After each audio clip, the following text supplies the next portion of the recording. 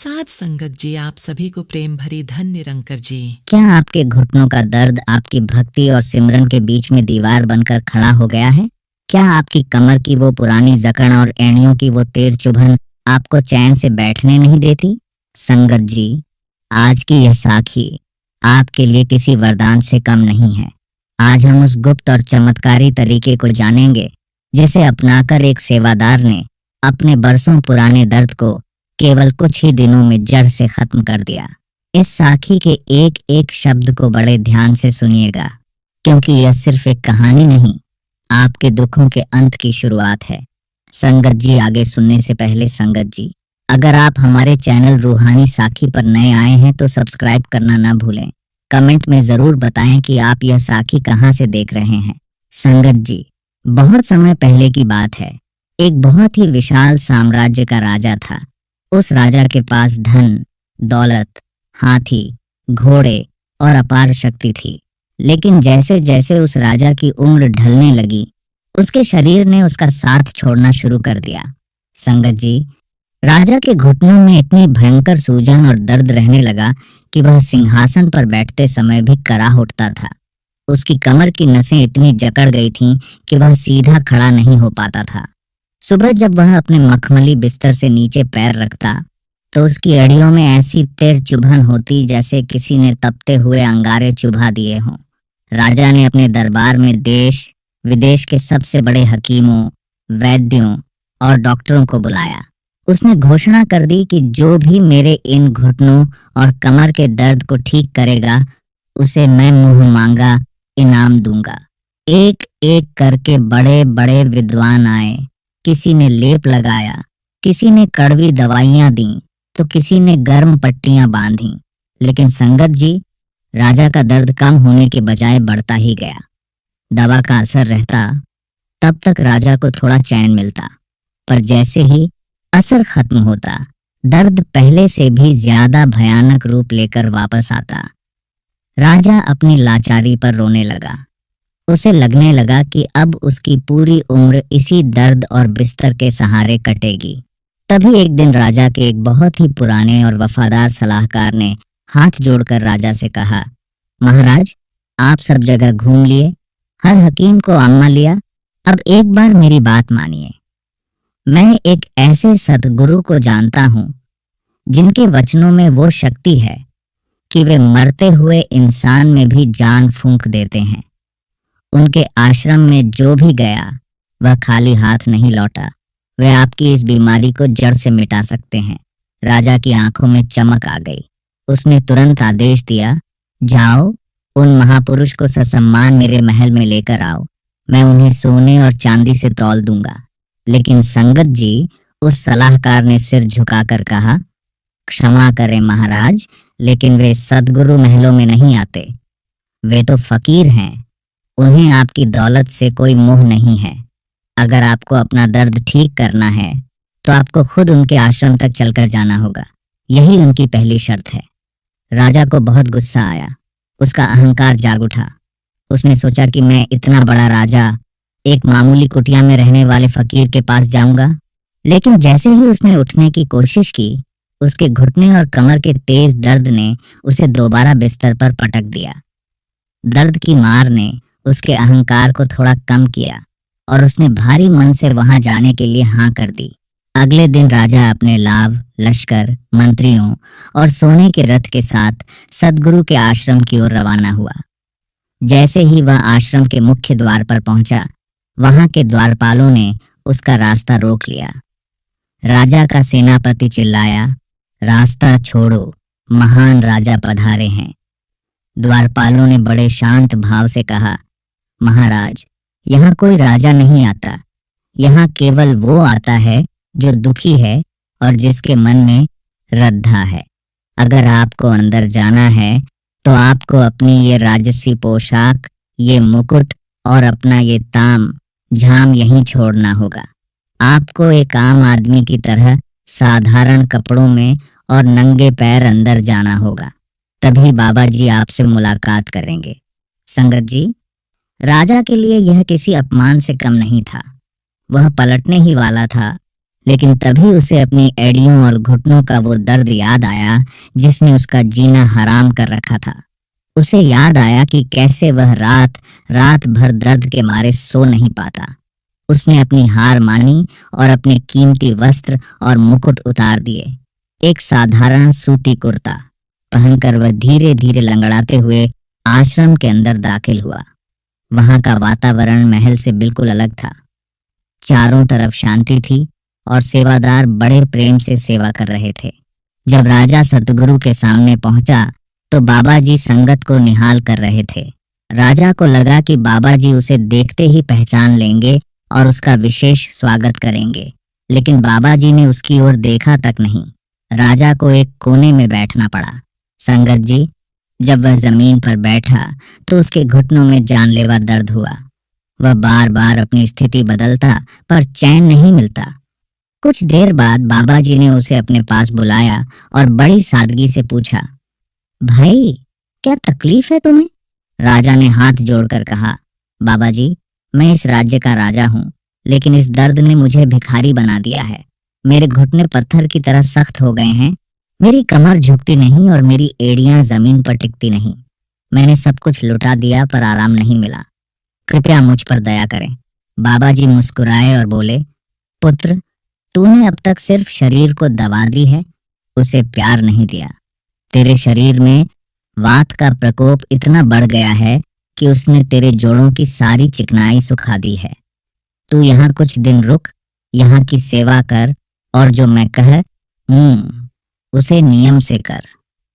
13 बरसों पुराना दर्द ऐसे गायब होगा जैसे कभी था ही नहीं। राजा आश्रम में रुक गया। बाबा जी ने उसे सबसे पहले एक दिव्य तेल बनाने की विधि बताई। उन्होंने कहा, संगत जी, ध्यान से सुनना। जो नुस्खा बाबा जी ने उस राजा को बताया वही आज आपके भी काम आएगा। बाबा जी ने फरमाया कि एक कांच की बोतल लो और उसमें शुद्ध तिल का तेल भरो। उसमें कपूर की डलियां डालो और उसे धूप में रख दो। राजा को काम सौंपा गया कि वह खुद उस तेल की देखभाल करेगा। संगत जी, राजा जिसे कभी धूप में निकलना पसंद नहीं था, अब वह रोज सुबह सूरज की रोशनी में बैठता और उस तेल की शीशी को धूप में रखता। बाबा जी ने उसे समझाया कि तिल का तेल और कपूर जब सूरज की किरणों के साथ मिलते हैं तो वे हड्डियों के अंदर तक पहुंचने की ताकत पा लेते हैं। बाबा जी ने राजा को यह भी बताया कि केवल तेल लगाना काफी नहीं है, शरीर के अंदर की उस जहरीली हवा को भी निकालना होगा जो जोड़ों को जकड़ रही है। बाबा जी ने राजा से कहा, पुत्र, कल सुबह से तुझे मेथी दाने का सेवन शुरू करना है। उन्होंने विधि बताई कि रात को मेथी दाना भिगोना है और सुबह उसका पानी पीकर दानों को चबाना है।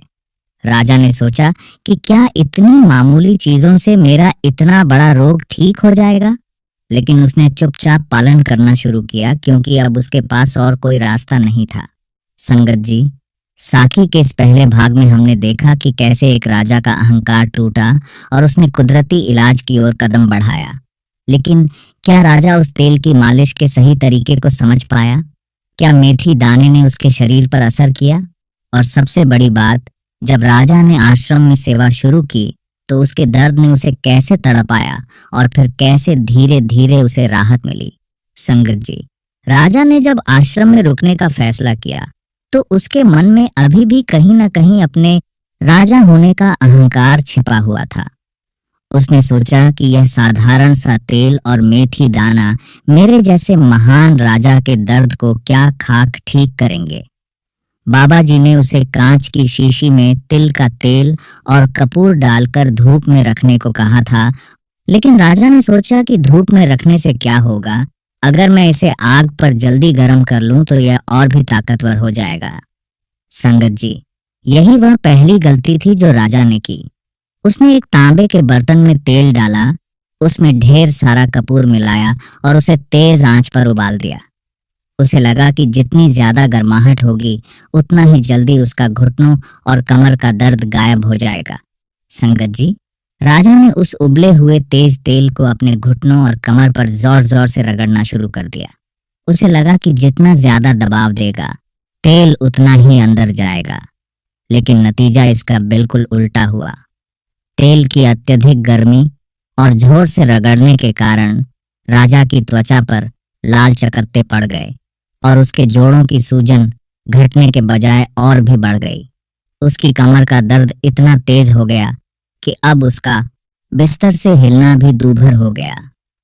राजा को लगा कि शायद बाबा जी का यह नुस्खा बेकार है या फिर वे उसे सजा दे रहे हैं। अगली सुबह जब मेथी दाना लेने की बारी आई तो राजा ने वहां भी अपनी मनमानी की। बाबा जी ने कहा था कि एक छोटा चम्मच मेथी दाना रात भर पानी में भिगोकर रखना है और सुबह उस पानी को घूंट घूंट कर पीना है। लेकिन राजा को उस कड़वे पानी का स्वाद पसंद नहीं आया।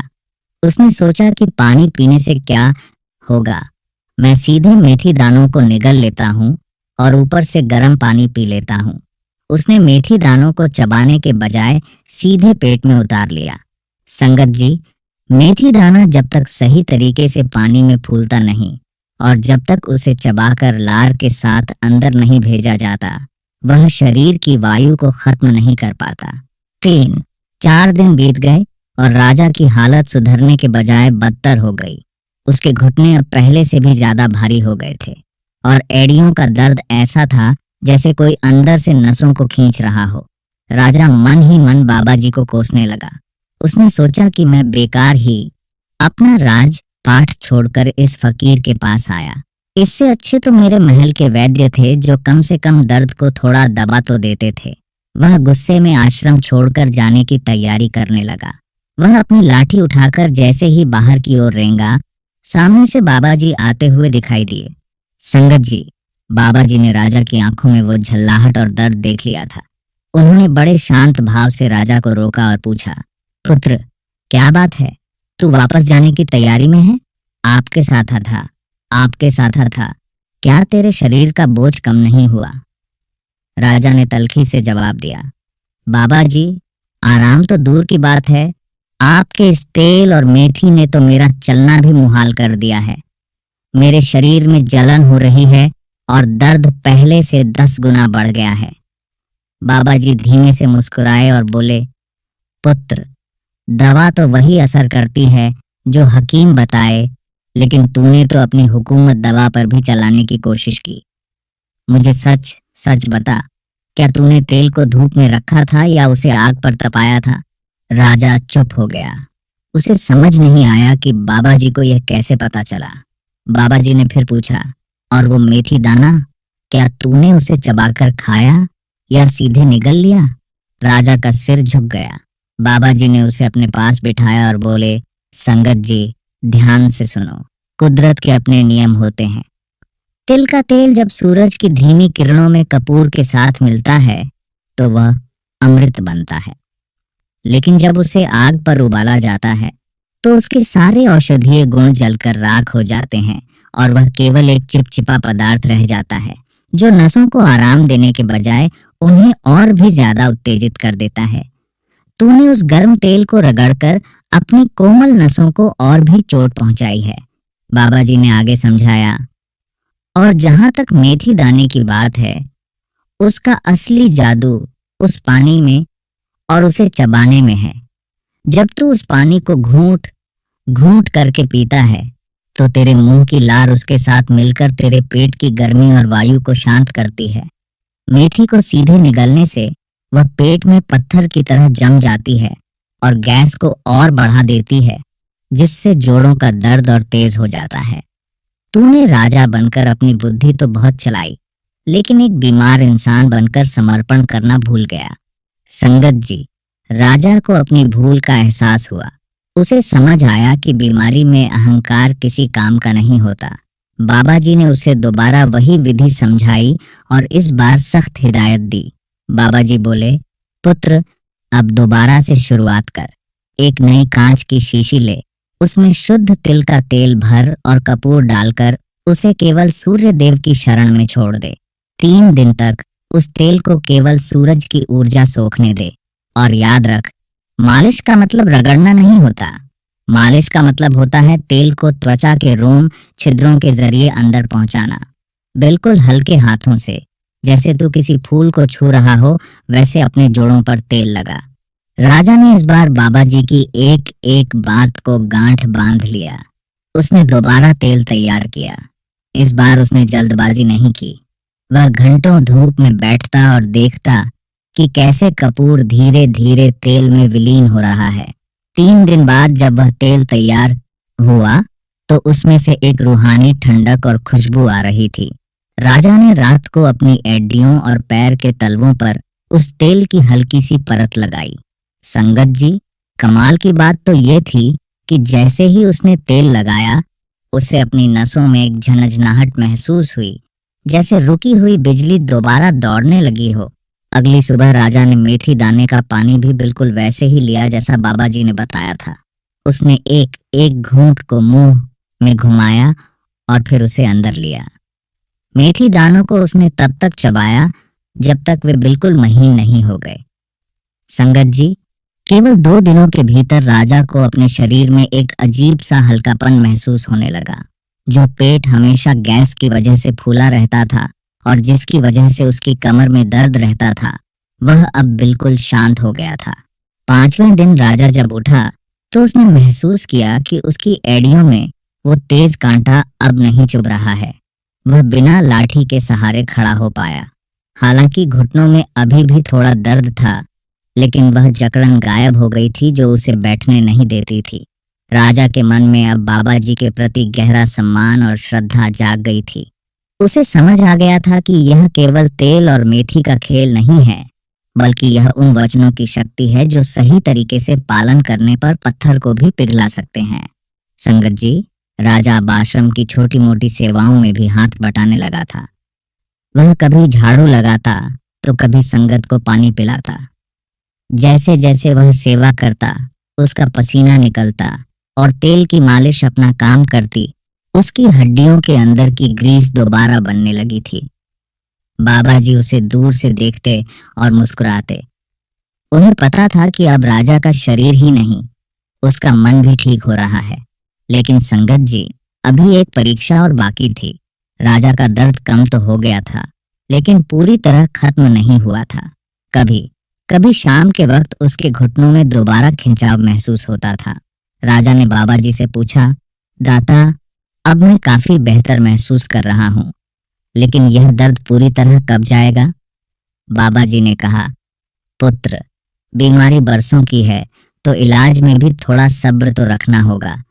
अभी तो तूने केवल बाहर की सफाई की है, अभी शरीर के अंदर के उस मुख्य द्वार को खोलना बाकी है जहां से यह सारी बीमारी शुरू होती है। संगत जी, बाबा जी ने आजा को एक विशेष बात बताई कि कमर का दर्द केवल हड्डियों का दर्द नहीं है, बल्कि यह हमारी नाभि के असंतुलन और गलत तरीके से सोने का परिणाम भी है। उन्होंने राजा को बताया कि अब उसे मालिश के साथ साथ एक विशेष मुद्रा में बैठना और लेटना होगा। बाबा जी ने उसे बताया कि कैसे सोते समय पैरों के नीचे तकिया लगाकर और रीढ़ की हड्डी को सीधा रखकर वह अपनी कमर के दर्द को हमेशा के लिए विदा कर सकता है। संगत जी, राजा अब पूरी तरह से बदल चुका था। उसने अपना राजसी अहंकार आश्रम की धूल में मिला दिया था।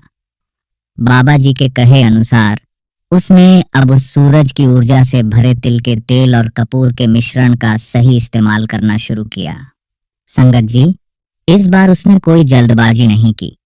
वह बड़े सब्र के साथ रात को सोने से पहले अपने बिस्तर पर बैठता और अपने दोनों हाथों को तब तक रगड़ता जब तक उसकी हथेलियों में कुदरती गर्मी पैदा नहीं हो जाती।